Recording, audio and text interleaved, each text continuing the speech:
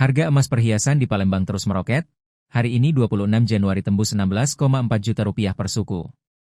Tren harga emas perhiasan di Kota Palembang menunjukkan grafik kenaikan yang signifikan sejak awal pekan ini. Berdasarkan data terbaru yang dihimpun dari akun Instagram resmi Toko Emas Laris Palembang, harga komoditas logam mulia ini terus merangkak naik dalam 4 hari terakhir. Berdasarkan laporan harian dari Toko Emas Laris Palembang, berikut adalah rincian pergerakan harga yang terjadi. Kamis, 22 Januari 2026 harga mulai menanjak dengan kenaikan sebesar Rp200.000, kalung dan gelang dibanderol Rp15.600.000, sementara cincin mencapai Rp15.700.000. Jumat, 23 Januari 2026 hanya berselang satu hari, harga kembali melonjak tajam sebesar Rp300.000, kalung dan gelang berada di angka Rp15.900.000, sedangkan harga cincin menyentuh angka psikologis baru di Rp16 juta. Senin, 26 Januari 2026 memasuki awal pekan ini, tren kenaikan belum menunjukkan tanda-tanda melandai.